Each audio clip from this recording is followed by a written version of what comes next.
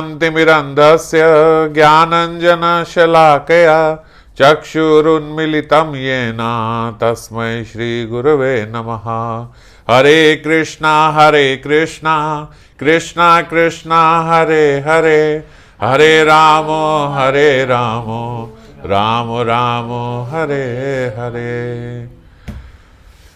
तो पिछले श्लोक में हम लोगों ने चर्चा करी कि किस प्रकार श्रीपाद ने रोते हुए प्रार्थना करी, हे राधिके मयि विदेहि कृपावलोकम, हे श्री राधिके आप मेरे पे कब कृपा करोगी। श्रीपाद का जो हृदय है हम वो देख रहे हैं कि वो इसी दौर पे चल रहा है, कभी स्फूर्ति का आनंद और कभी विरह की वेदना। तो ये जो स्फूर्ति का आनंद और विरह की वेदना है, ये हम शुरू से चर्चा करते हुए आए हैं कि आनंद जो मिलन का है और वेदना जो विरह की है, ये दोनों ही असल में आनंद की अवस्था ही है। जो वेदना है जिसमें तीव्र पीड़ा होती है, वो पीड़ा में भी आनंद है। पर हम इस बात को इस जगत में, प्राकृत जगत में रहते हुए या अपनी प्राकृत बुद्धि से या देहात्म बुद्धि से इस बात को समझ नहीं पाते कि ऐसा कैसे होगा कि इतनी विकट पीड़ा जो है, जो विरह है, उसको भी आनंद बताया जा रहा है। वो आनंद कैसे वो आनंद हो सकता है। तो आज के श्लोक के माध्यम से 38वें श्लोक पे आज हम चर्चा करेंगे, उसके माध्यम से आप समझोगे। श्यामेति सुंदर वरेति मनोहरेति कंदर्प कोटि ललिते एति, सुनागरेति सोतकंठ मही गृणाति, मुहुराकुलाक्षी स राधिके मई कदानु भवेत प्रसन्ना। ये श्री राधिका को बोल रहे हैं। सोतकंठ मही गृणाति मुहुराकुलाक्षी, मतलब उत्कंठित व्याकुल नयनों वाली। आप अपने प्रिय कृष्ण के आदर्शन मतलब जब वो नहीं दिख रहे हैं, उनके आदर्शन से, उनके ना दिखने से, उनके विरह में व्याकुल होती हुई जब आप इस प्रकार से बोलोगी, हे श्याम, हे सुंदरवर, हे मनोहर, हे कंदर्प कोटि ललित, हे सुनागर, ये कहकर बार बार जब आप विलाप करोगी, हे राधिके मुझ पर आप ऐसी अवस्था में आपकी देख पाऊं राधिके, ऐसे आप मुझ पर कब प्रसन्न होगी। बात को समझ रहे हो। ये श्लोक सुनने में ही बड़ा अटपटा लगता है, जो मैंने अभी कहा कि हम उस अवस्था को समझ ही नहीं पाते।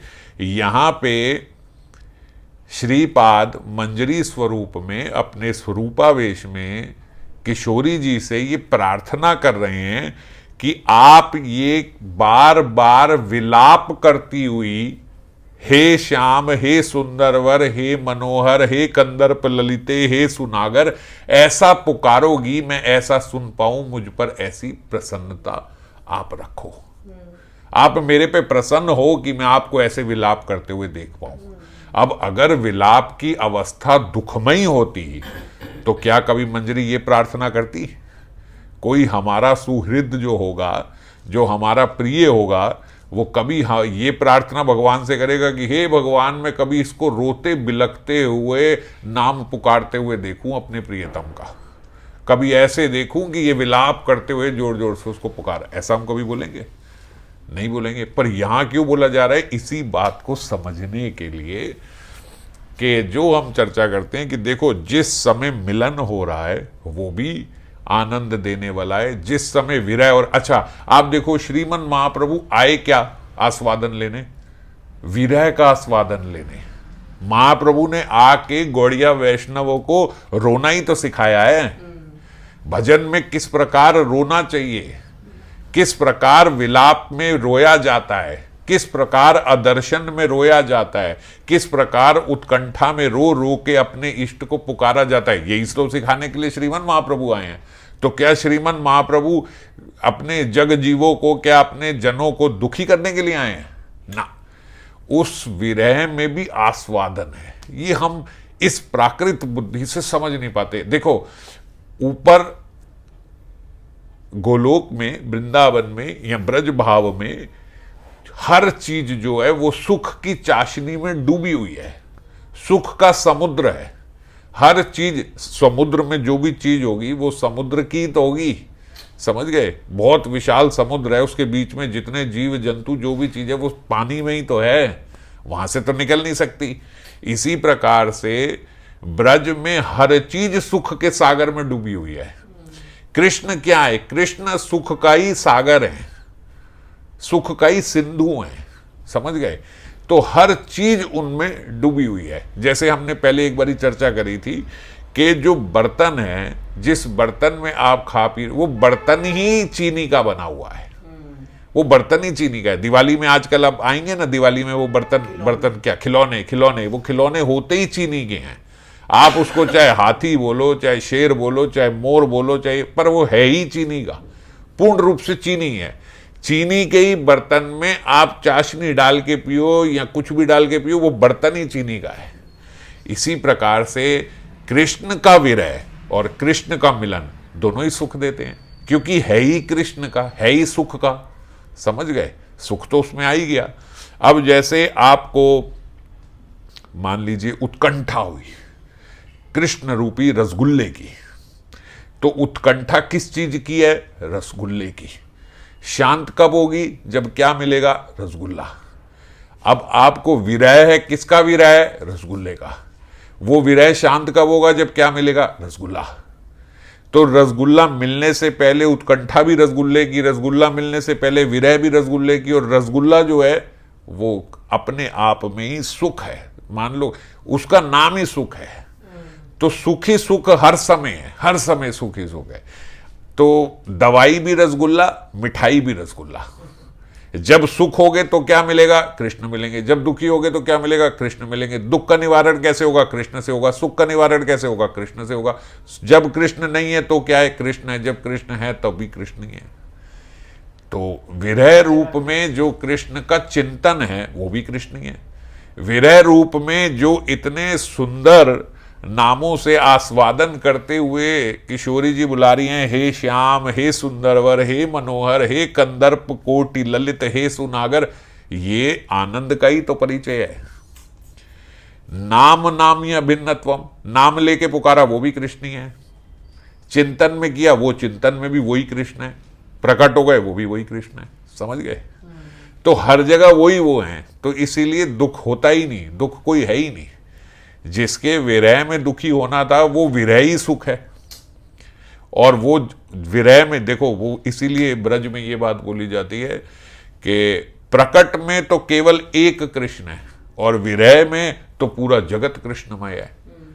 क्योंकि हर जगह विरह में ऐसा लगता है कि ये कृष्ण है, ये कृष्ण है, ये कृष्ण है। काले बादल देखे तो कृष्ण है, काला पंछी आया तो कृष्ण है, तमाल वृक्ष आ गया तो कृष्ण है, परछाई आ गई तो कृष्ण है। हर चीज में कृष्ण नजर आ रहे हैं। तो बोलते जब प्रकट है तो एक कृष्ण है, पर जब विरह है तो जगत कृष्णमय है। तो इसीलिए इस श्लोक में श्रीपाद मंजरी स्वरूप में विलाप कर रही हैं, हे राधिके, आप मुझ पर कब ऐसी प्रसन्न होंगी कि मैं आपको इन विभिन्न नामों से पुकारते हुए विलाप करते हुए देख पाऊंगा। अब ये लीला की जब उन्होंने इच्छा रखी तो तुरंत उनके हृदय में लीला का स्फुरण हुआ। श्री राधिका जो है, ये दिन के अभिसार की लीला उनके हृदय में उदय हुई है। श्री राधिका वेग पूर्वक मिलन कुंज चली जा रही है। वेग पूर्वक अभिसार को, अभिसारिणी नायिका होकर वेग पूर्वक जा रही हैं। वेग पूर्वक मतलब तुरंत, जल्दी से, तेजी से जा रही हैं, क्योंकि अनुराग जितना प्रबल, अभिसार भी उतना ही अनिवार्य है। अनिवार्य मतलब कंपल्सरी, जरूरी हो गया, अब तो जाना ही होगा। क्यों? क्योंकि उस समय अनुराग बड़ा प्रबल है, अब रहा नहीं जा रहा। ये बोलते, ये केवल जो ब्रज के उपासक हैं वही इस बात को समझ सकते हैं। जितना अनुराग होगा उतना अभिसार अनिवार्य हो जाएगा। नाथ ही तपन तपत पथ बालुक आतप दहन विथार, नैनिक पुलति तनु चरण कमल जुनु दिन ही कयल अभिसार। दिन में ही अभिसार को तेजी से भागी, नहीं तो किशोरी जी रात को अभिसार को निकलती हैं जाने के लिए, पर दिन में ही अभिसार को निकली। नाथ ही तपन, एक तो नाथ के विरह में खुद तप रही हैं, उसके बाद तपत पथ बालुक, जो पथ है, जो बालू है, वहां की मिट्टी है, वो भी दिन के ताप से आतप दहन, वो भी तप रही है, वो बालू भी तप रही है। नैनिक पुलत तनु, और अपने जो तनु है वो भी पुलकित हो रहा है उनके विरह में। चरण जो हैं वो कमल के समान है, लेकिन तब भी तापित भूमि में भाग रही हैं। ये सुन के मेरे को वो याद आया, हमने पहले भी एक बारी करा था, जब वो बाल कृष्ण जो हैं, छोटे कृष्ण कन्हैया माखन चोरी करने के लिए गोपियों के पास भाग रहे हैं। गोपियां अलग अलग प्रकार से उनसे आनंद लेने के लिए उनको बुलाती हैं, और फिर चटकारा लेके जरा सा माखन दे के भगा देती हैं। फिर बोलती है जा उसके पास जा, वो तेरे को माखन देगी। उधर से जाती है, वो हल्का सा माखन, वो वाली तेरे को सखी माखन देगी। अच्छा जरा हमें थोड़ा सा नाच के दिखा, फिर तेरे को माखन देंगे। माखन देने के बजाय उनकी गाल पे एक माखन लगा देते, ये देख हमने ये दे दिया तेरे को माखन। वो वहां से निकाल के खाता है, फिर यहाँ दे देती है माखन। पूरे चेहरे पे छोटी छोटी बिंदी लगा लेती है, ले खा ले माखन। और बोलते अरे अरे मेरे को सखी थोड़ा ज्यादा माखन दे। अच्छा जा उधर जा। जैसे ही भागने लगे तो सखी ने देखा कि अरे ये तो बड़ी गर्म हो रही है, तो अति तापत भूमि माधव माधाव माधाव, भागो तेजी से मत भागते, अति तापत भूमि।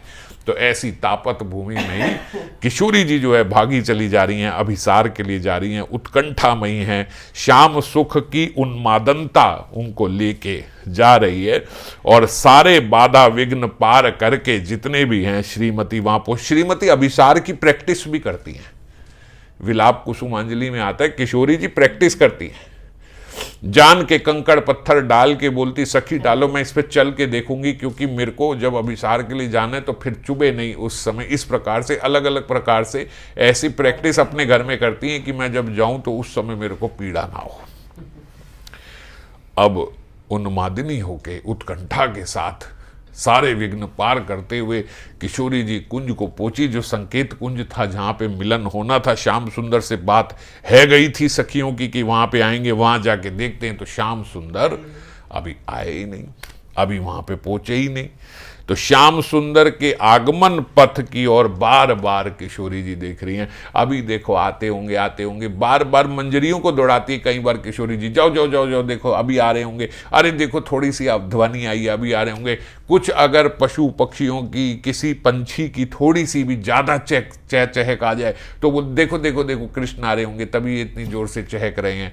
थोड़ी देर देखा कि बिल्कुल पंछियों की आवाज आने, देखो एक टक कृष्ण को देख रहे होंगे, इसका मतलब आ गए, तभी एकदम से चुप हो गए, अभी तो चहचहा रहे थे। तो अलग अलग विचार से अभी लगता है अभी आ रही है, अभी आ रही है। प्राणों की समस्त व्याकुलता मानो उनके नैनों में भी आ गई है। अब तो मंजरियां उनको देख रही हैं तो देख के नैनों से ही ऐसा लग रहा है कि इशारा कर रही हैं कि एक बार, क्योंकि किशोरी जी को भी संकोच होता है। मैंने एक बार बोला नहीं आए, मैंने दूसरी बार बोला अब तो पक्का आ गए, नहीं आए, तीसरी बार बोला जा जाओ सखी देखो आ गए, नहीं आए, चौथी पांचवी बार किशोरी जी अब बोलने से थोड़ा संकोच करते, अब क्या बोलूं, मैंने 4 बार बोला नहीं आए, अब 5वीं बार भी लग रहा है कि आ गए हैं। तो वो व्याकुलता इतनी नैनों में आ जाती है कि नैनों से ही जब यूं देखती है तो मंजरी मैं देख के आती हूँ, भागती है देख के, नहीं आई किशोरी जी अभी नहीं आए। हे श्याम तुम्हारा नव घन सदृश श्याम कांति से वृंदावन उजागर है। किशोरी जी उनको याद करती हुई बोल रही हैं, उस त्रैलोक के मोहन कांति माधुरी से कौन विमोहित नहीं होता। आपकी जो कांति है वो तो पूरे जगत में फैली हुई है, कौन ऐसा जगत में होगा जो आपकी कांति माधुरी से विमोहित नहीं होगा। उस कांति माधुरी पर कौन पागल नहीं होगा, कौन सी कुलांगना अपने धैर्य को खो नहीं देगी आपकी कांति देख के। आप जल्दी से आ जाओ, अब क्या हो गया, कितनी देर रह गई, ये वो सब इस प्रकार से। तो बाबा बोलते देखो श्री कृष्ण की जो श्याम कांति है उसको लेके तो श्रीमन महाप्रभु ने भी जब अपनी अंत्य लीला में श्री राधा रानी का आस्वादन किया, राधा रूप में, राधा भाव में जो आस्वादन किया, कल चर्चा कर रहे थे शायद, कल या परसों के, उन्होंने जो मंजरी स्वरूप में भी उन्होंने आस्वादन किया, हाँ कल, और राधा भाव में भी उन्होंने गंभीरा लीला में आस्वादन किया। तो यहां पे राधा भाव में आस्वादन कर रहे हैं। वजेंद्र कुल दुग्ध सिंधु, कृष्ण ताहे पूर्ण इंदु, जन्मी कैल जगत उजोर, कांत्यामृत जीवे पाए, निरंतर पिया जाए, ब्रज जनेर नयन चकोर। ये किशोरी जी के भाव में श्रीमन महाप्रभु ये स्तुति कर रहे हैं। ब्रजेंद्र कुल दुग्ध सिंधु, जितना आपका कुल है श्याम सुंदर का, ब्रजेंद्र नंदन जो ब्रजेंद्र कुल है, ये सारा मानो दुग्ध सिंधु है, पूरे दूध का सागर है। कृष्ण ताहे पूर्ण इंदु, और कृष्ण उसमें पूर्ण चंद्रमा है। चंद्रमा के कारण जिस प्रकार उफान मारता है सिंधु, और चंद्रमा की चमक से पूर्ण इंदु, जिस समय पूर्णमासी होती है उस समय उसके प्रकाश से पूरा जो सिंधु है वो सफेद दूध के समान लगता है चंद्रमा की रोशनी में। तो वो बोल रहे हैं आपने अपने पूरे कुल को प्रकाशित कर दिया, आप पूर्ण इंदु हो। जन्मी कैल जगत उजोर, पूरे जगत में आपकी ये कांति फैली हुई है। कांते अमृत जेवा पिए, निरंतर पिया जाए। जो आपकी कांति का एक बार आस्वादन कर ले, फिर वो दोबारा जगत में दूसरी ओर देख नहीं सकता, किसी और से किसी और प्रकार से वो सुखी नहीं हो सकता इस जगत में, जो आपकी कांति देख ले।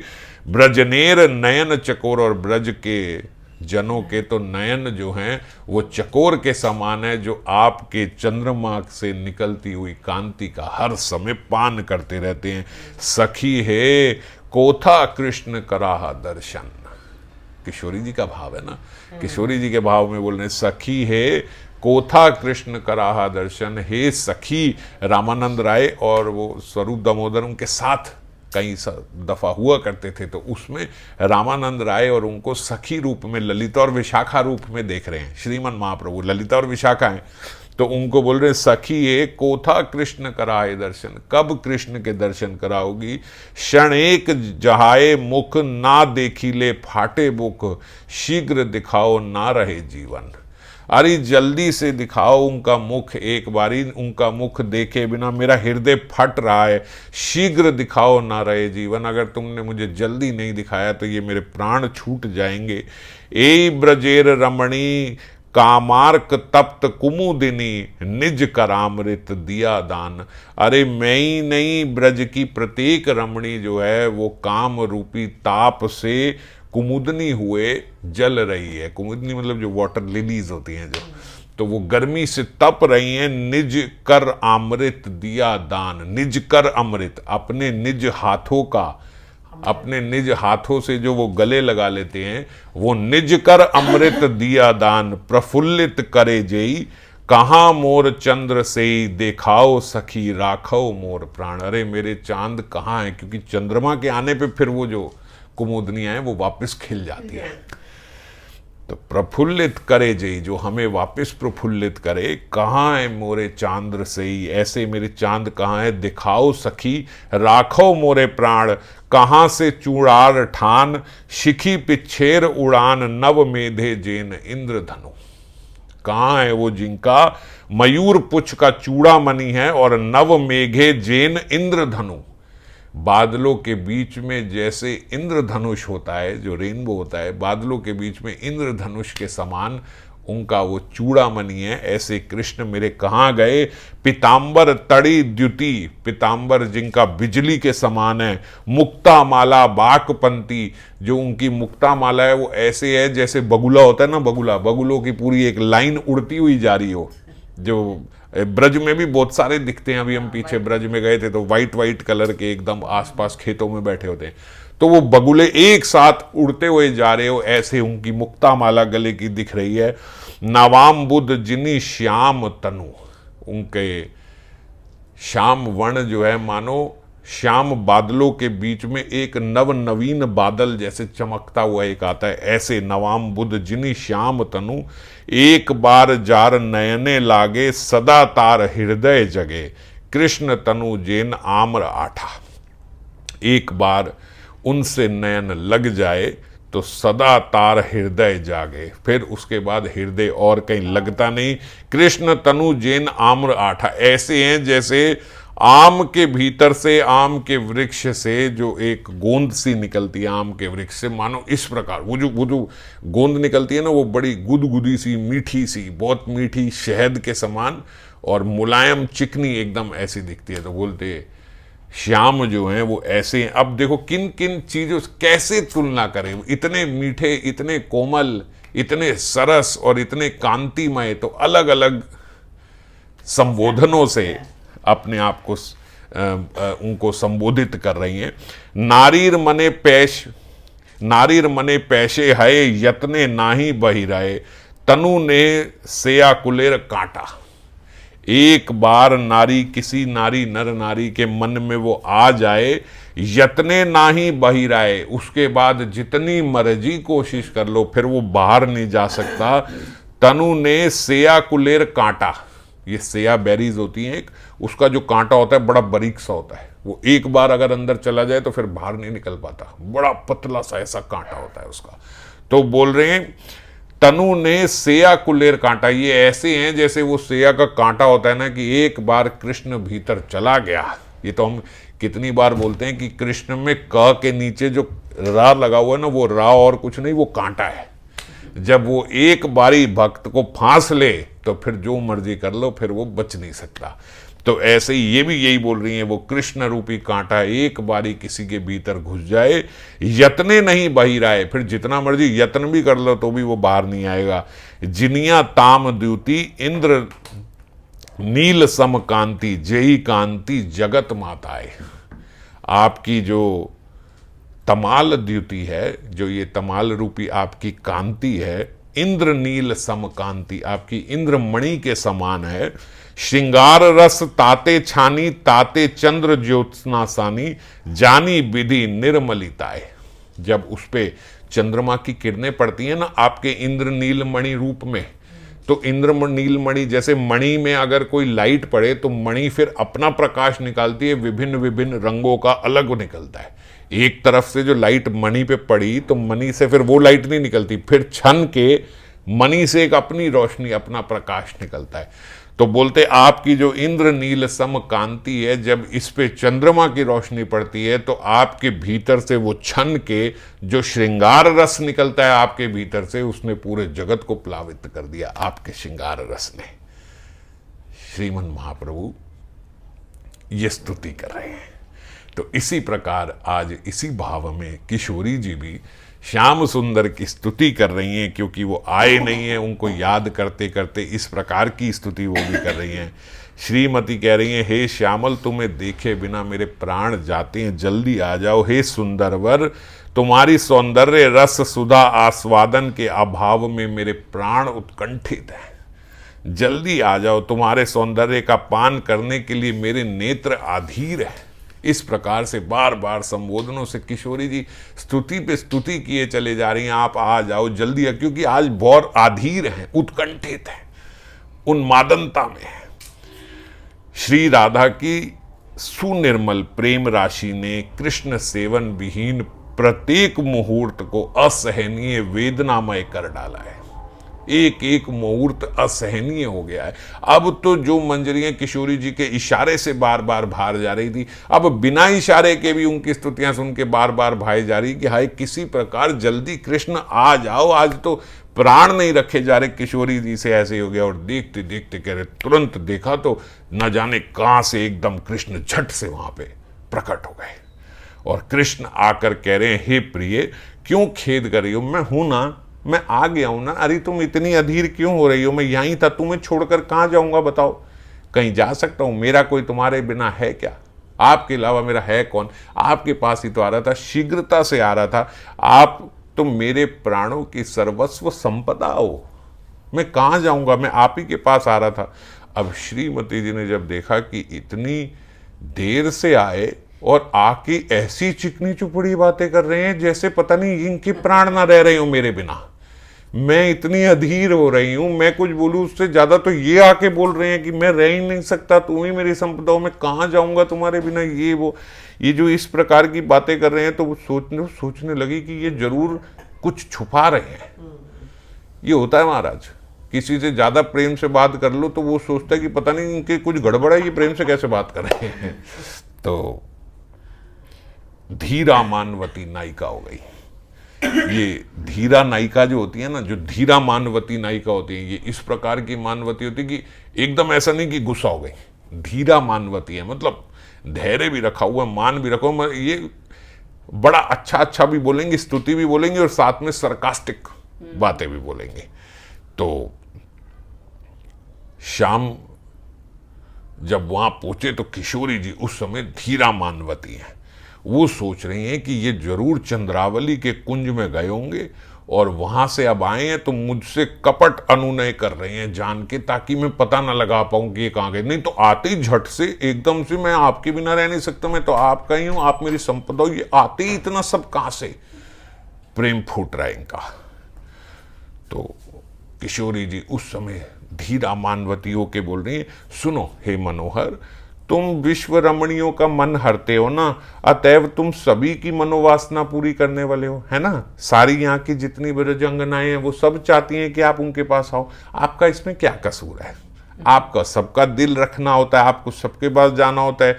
सभी ब्रज सुंदरियां जो हैं वो आपको पाना चाहती है, मैं कोई अकेले थोड़े ना हूं, आपको तो सबको देखना है क्योंकि सभी आपको चाहती हैं, आपको भी सबके पास जाना है, इसलिए जाओ, कोई बात नहीं, जाकर अपनी जितनी मनोवासनाएं हैं ना वो सब वहां से जाके अपनी पूरी करो, कोई बात नहीं, आप जाओ, मैं रह लूंगी। त्वम चुंबको असि माधव, लोहमय नूनम अंगना जाति, धावती तत् ततस्तो असो यतो यता क्रीड़ाए ब्रह्मसि। त्वम चुंबको असि माधव, लोहामयो नूनम अंगन अनांगन, ये ब्रजांगना जाती। आप तो चुंबक हो और जितनी ब्रजांगनाएं हैं वो सारी लोहा हैं, वो सबरी आपसे चिपकना चाहती हैं। धावती तत् अस्तो अतो असो, जहां जहां आप जाते हो वहां वहां सारी अंगनाएं जो हैं वो दौड़ी हुई आ जाती हैं। धावतो, वो सब वहां दौड़ी हुई आ जाती हैं। यतो यथा क्रीड़ाए ब्रह्मसी, अतएव तुम्हारा इसमें क्या दोष, ये तो तुम्हारा स्वाभाविक गुण है। भाई चुंबक का स्वाभाविक गुण है कि लोहा उससे आकर्षित होगा, तो ऐसे ही बोलती लोहा रूपी जो ब्रजांगनाएं हैं और आप चुंबक मणि हो, तो स्वाभाविक गुण है आपका, आप जहां जहां जाओगी वो भागती भागती सब आपके पीछे पीछे आ जाएंगी, आपको भी सबको सुखी रखना है ना। तो बाबा बोलते इस प्रकार धीरा कांता हुए, वो उनकी बात तो ऐसे कर रही है जैसे उनके हित में कर रही हो, लेकिन सरकास्टिक वे में कर रही हैं। देखो धीराकांत कैसी होती है, धीराकांत दूरे देही करे प्रत्युत्थान, निकटे आसीले करे आसन प्रदान।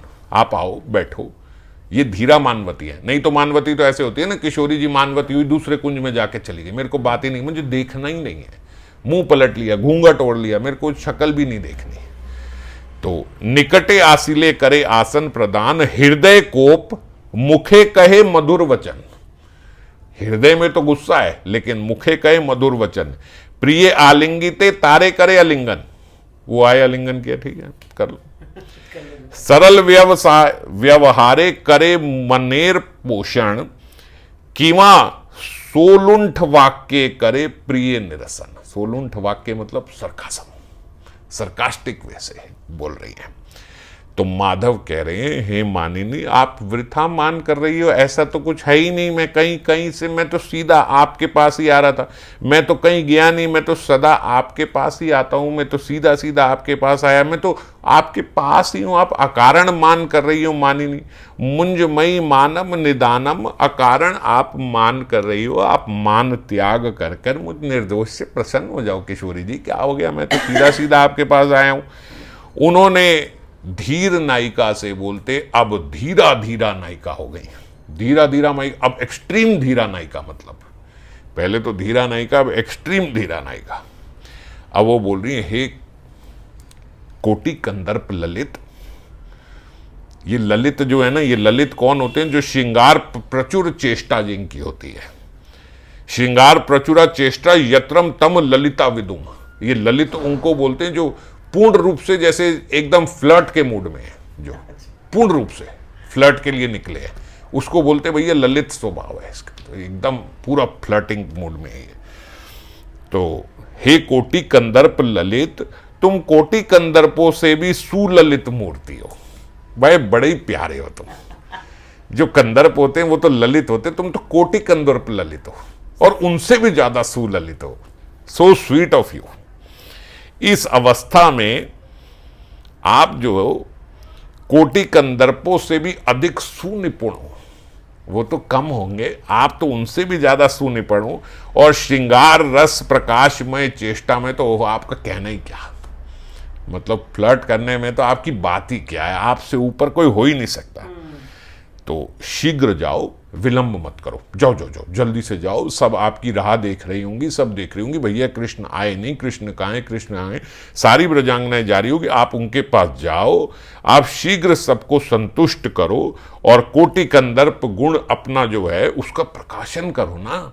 नहीं तो लोग कहेंगे कि ये कैसा कोटि कंदर्प ललित है, आपका भी नाम खराब होगा। जो आपका गुण है उस गुण का आप जाओ प्रकाशित करो।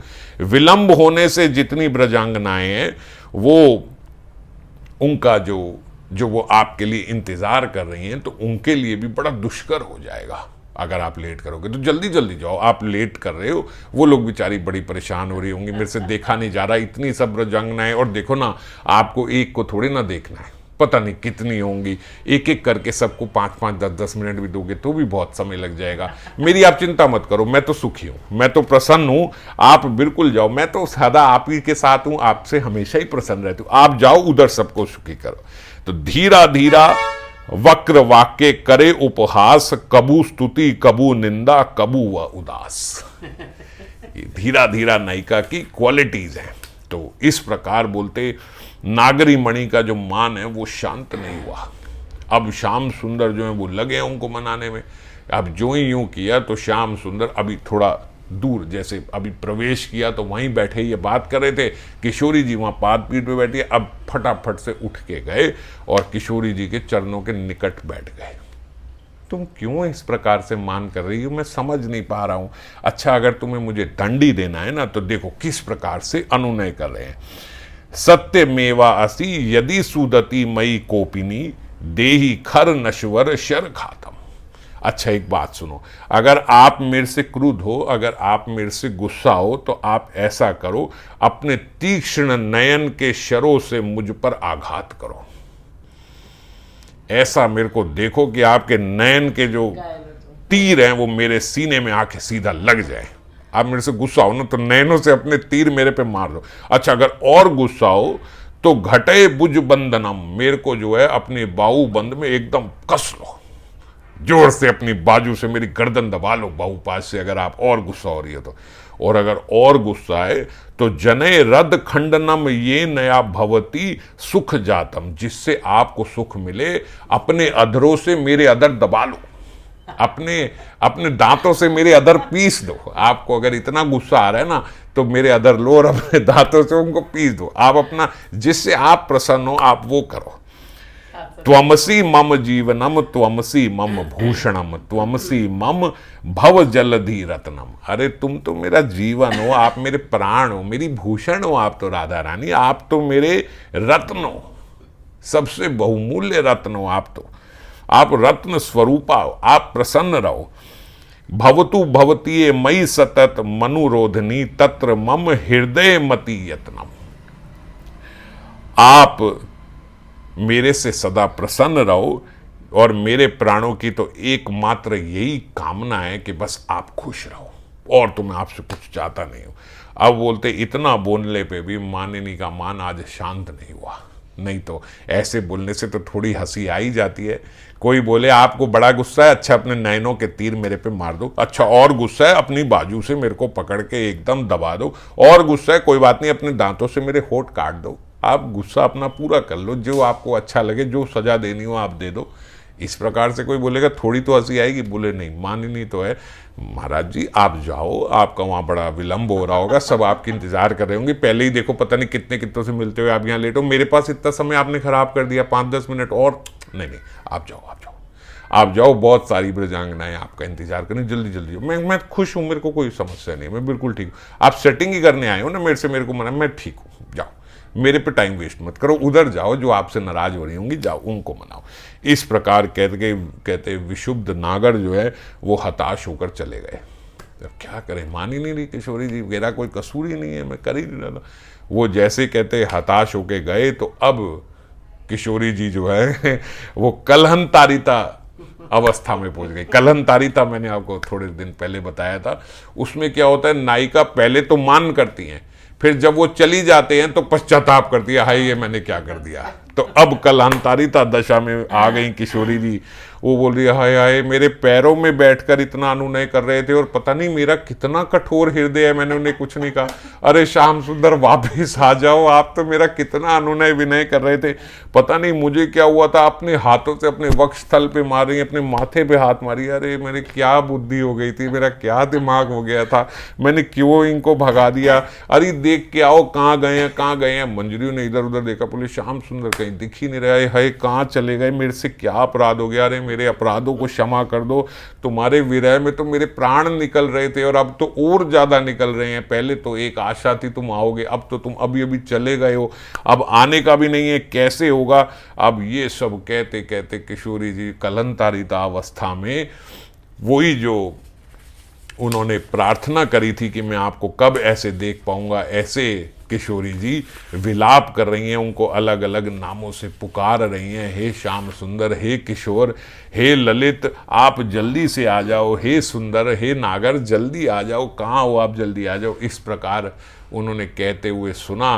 तो ये सुनते सुनते उनकी स्फूर्ति में विराम आ गया, और उनकी स्फूर्ति में विराम आ गया। तो स राधिके मई कदानु भवेत प्रसन्ना, हे राधिके आप मेरे से प्रसन्न हो जाओ। अरे ये सब देखने के बाद मैं आपका मिलन भी तो देख पाऊँ, मेरे पे प्रसन्न हो जाओ, कृपया मुझे और आगे ऐसा दर्शन का लाभ दो कि मैं आप दोनों को अब सुखी सुखमय विलास करते हुए देख पाऊँ। हे किशोरी जी आप मेरे पे प्रसन्न हो जाओ। ऐसी प्रार्थना करते हुए ये श्रीपाद जो है इस श्लोक का गायन कर रहे हैं। आगे कल चर्चा करेंगे। जय राधे।